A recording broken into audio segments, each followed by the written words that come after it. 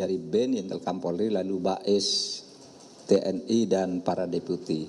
Begini, di Papua sekarang situasi agak memanas karena diberitakan akan ada demo besar-besaran besok, tanggal 20 September tahun 2022 dengan tema menyelamatkan atau Save Lukas NMB. Latar belakangnya karena Lukas NMB sebagai gubernur itu telah ditetapkan sebagai tersangka oleh KPK beberapa waktu yang lalu dan sekarang merasa terkurung di rumahnya, di rumah gubernur. Maka ingin saya sampaikan hal-hal sebagai berikut. 1, kasus Lukas NMB bukan rekayasa politik. Tidak ada kaitannya dengan parpol atau pejabat tertentu, melainkan merupakan temuan dan fakta hukum. Dan ingin saya sampaikan bahwa dugaan korupsi yang dijatuhkan kepada Lukas NMB yang kemudian menjadi tersangka, bukan hanya terduga, bukan hanya gratifikasi 1 miliar. Nih catatannya, ada laporan dari PPATK tentang dugaan korupsi atau ketidakwajaran dari penyimpanan dan pengelolaan uang yang jumlahnya ratusan miliar. Ratusan miliar dalam 12 hasil analisis yang disampaikan ke KPK. Yang kedua, saat ini saja ada blokir rekening atas rekening Lukas NMB per hari ini itu sebesar 71 miliar yang sudah diblokir. Jadi bukan 1 miliar.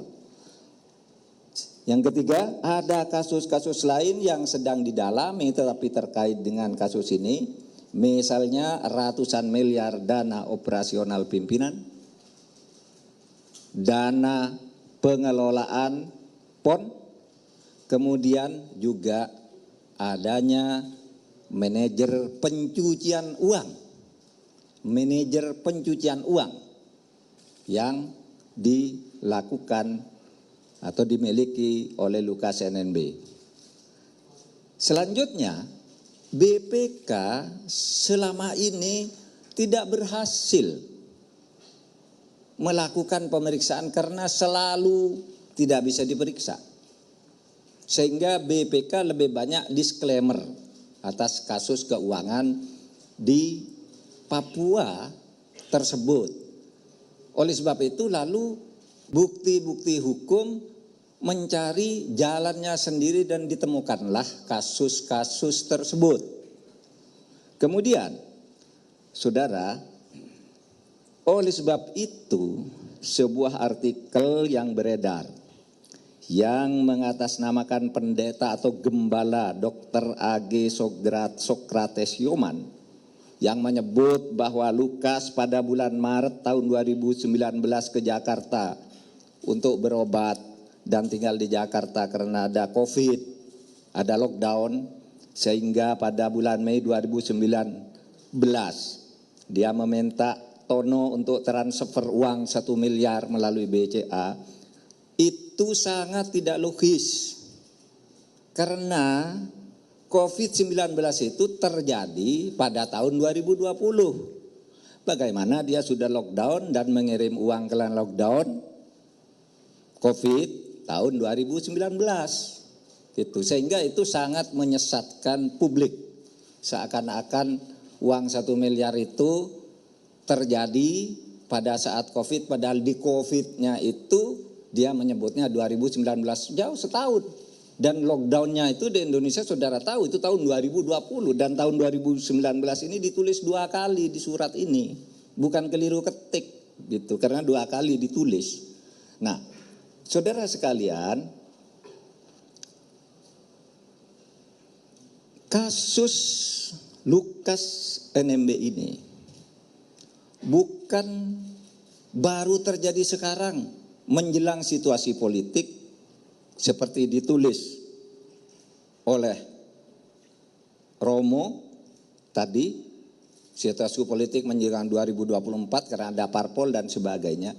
Karena saya persilahkan saudara membuka berita, membuka situs tanggal 19 Mei tahun 2020. 19 Mei tahun 2020 saya selaku Menko Polhukam sudah mengumumkan adanya 10 korupsi besar. 10 korupsi besar di Papua dan ini masuk di dalamnya. Itu bukan sekarang, itu tahun 2020. Saya sudah umumkan dan saudara semua wartawan sudah menulis gitu. Nah, oleh sebab itu juga saya mencatat setiap tokoh Papua datang ke sini, apakah tokoh pemuda, apakah tokoh agama, tokoh adat, itu datang ke sini selalu menanya, kenapa kok didiamkan? Kapan pemerintah bertindak atas korupsi itu? Kok sudah mengeluarkan daftar 10? Kok tidak ditindak gitu. Nah, saudara sekalian, oleh sebab itu kepada saudara Lukas NMB, menurut saya ya kalau dipanggil KPK datang saja. Jika tidak cukup bukti, kami ini semua yang ada di sini menjamin dilepas. Nggak akan dihentikan itu. Tetapi kalau cukup bukti ya harus bertanggung jawab karena kita sudah bersepakat membangun Papua yang bersih dan damai sebagai bagian dari program pembangunan Negara Kesatuan Republik Indonesia. Saya persilakan Bapak Iwan Yustiavandana untuk menyampaikan secara singkat tentang data-data yang saya sebut tadi. Silakan Pak Iwan. Bismillahirrahmanirrahim. Assalamualaikum warahmatullahi wabarakatuh. Terima kasih Pak Menko. Jadi teman-teman, sesuai dengan apa yang disampaikan oleh Pak Menko, jadi proses terkait dengan LE ini sudah dilakukan sejak 5 tahun lalu, tepatnya di 2017. Jadi sejak 2017 sampai hari ini PPATK sudah menyampaikan hasil analisis sebanyak 12 hasil analisis kepada KPK. Variasi kasusnya ada setoran tunai, kemudian ada setoran melalui nomini-nomini ya, pihak-pihak lain, angkanya dari 1 miliar sampai ratusan miliar. Sebagai contoh teman-teman, sebelum dalam waktu singkat ini terkait dengan penghentian, salah satu hasil analisis itu adalah terkait dengan transaksi setoran tunai yang bersangkutan di kasino judi senilai 55 juta dolar atau 560 miliar rupiah. Itu setoran tunai dilakukan dalam periode tertentu. Bahkan ada dalam periode pendek setoran tunai itu dilakukan dalam nilai yang fantastis 5 juta dolar. Dan PPATK juga menemukan adanya pembelian perhiasan dari setoran tunai tadi sebesar pembelian jam tangan ya sebesar 55 ribu dolar. Itu 550 juta rupiah.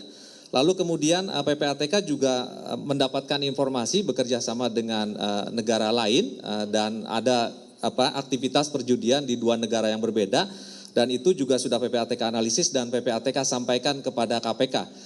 Terakhir terkait dengan apa yang disampaikan oleh Pak Menko, PPATK sudah melakukan pembekuan penghentian transaksi kepada beberapa orang di 11 penyedia jasa keuangan. Ada asuransi, ada bank, dan kemudian nilai dari transaksi yang dibekukan oleh PPATK di 11 PJK tadi ada 71 miliar lebih. Dan ada juga transaksi yang dilakukan di 71 miliar tadi mayoritas itu dilakukan di anak yang bersangkutan, di putra yang bersangkutan. Jadi itulah yang bisa kami sampaikan dalam kesempatan ini untuk menyampaikan apa yang telah Pak Menko sampaikan sebelumnya. Demikian Pak Menko. Berikutnya, sini Pak. Berikutnya nih dari KPK Pak Alex Marwata atau Alex Marwoto sama aja saudara bacanya. Pokoknya nulisnya Marwata. Tergantung dari siapa yang baca gitu ya. Ya, terima kasih Pak Menko. Ya, selamat siang teman-teman wartawan. Jadi narasi yang dikembangkan saat ini kan seolah-olah KPK melakukan kriminalisasi karena hanya menyangkut uang senilai 1 miliar. Saya sampaikan pada kesempatan ini pada saudara-saudara saya yang di Papua dan juga kepada penasihat hukum bahwa dalam proses penyelidikan baru 1 miliar itu yang bisa kami lakukan klarifikasi terhadap saksi maupun dokumen. Tetapi perkara yang lain itu juga masih kami kembangkan. Tadi Pak Ivan menyampaikan ratusan miliar, ya, ratusan miliar transaksi mencurigakan yang ditemukan PPATK. Itu kami dalami semua, ya. Jadi tidak benar hanya 1 miliar. Nah, pada penasihat hukum dari Pak Lukas NMB, ya kami mohon kerjasamanya kooperatif. Nah, KPK berdasarkan undang-undang yang baru ini bisa menghentikan penyidikan dan menerbitkan SP3. Ya, kalau nanti dalam proses penyidikan, ya Pak Lukas itu bisa membuktikan dari mana sumber uang yang puluhan ratusan miliar tersebut. Misalnya Pak Lukas punya usaha tambang emas, ya sudah. Pasti nanti akan kami hentikan. Tapi mohon itu diklarifikasi, ya. Penuhi undangan KPK, panggilan KPK untuk diperiksa, ya. Kami akan melakukan pemanggilan, ya, kembali, ya.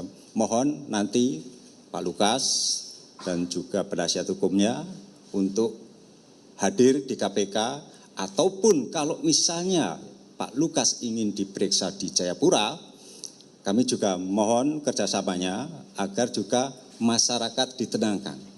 Kami akan lakukan pemeriksaan secara profesional. Kami menjunjung tinggi asas praduga tidak bersalah. Ya, kalau nanti misalnya Pak Lukas ingin berobat, kami juga pasti akan memfasilitasi. Ya, hak-hak tersangka akan kami hormati. Ya, itu yang ingin kami sampaikan kepada Bapak Lukas NMB, kepada masyarakat Papua, dan juga penasihat hukum dari Bapak Lukas. Terima kasih Pak Menko. Baik, saudara sekalian, saya kira tidak perlu ada pertanyaan. Itu saja yang saya sampaikan. Besok kalau memang mau demo, demolah dengan tertib. Negara ini menjamin orang berdemo. Tetapi kepada aparat yang di sana juga supaya menjaga keamanan dan ketertiban, supaya ada penjelasan tentang masalah yang sebenarnya seperti yang kami sampaikan tadi. Itu, kamu mau tanya apa? Pak, ini kan situasi di Jayapura tadi Bapak bilang Dibuka, enggak jelas. situasi di Jayapura kan tadi Bapak bilang nggak kondusif, ada perlawanan dari Pak dia dari Kompas TV. Tadi Bapak bilang kan situasi di Jayapura sedang tidak kondusif, ada perlawanan dari pihak Lukas NMB. Nah, Maki itu memberikan masukan kepada KPK untuk melibatkan aparat hukum yang lain, seperti misalnya polisi, TNI. Nah, apakah itu Bapak menilai urgent juga untuk dilakukan? Dan kepada Pak Alex, kapan lagi Pak rencana pemanggilan Pak Lukas nanti? Ya. KPK, terima kasih. Oke lah, yang itu sudah kita lakukan tuh koordinasi. Apalagi kamu? Koordinasi lintas aparat itu sudah dilakukan. Ini koordinasi lintas aparat nih tadi nih. Apa? Buka. Dari mana? MNC.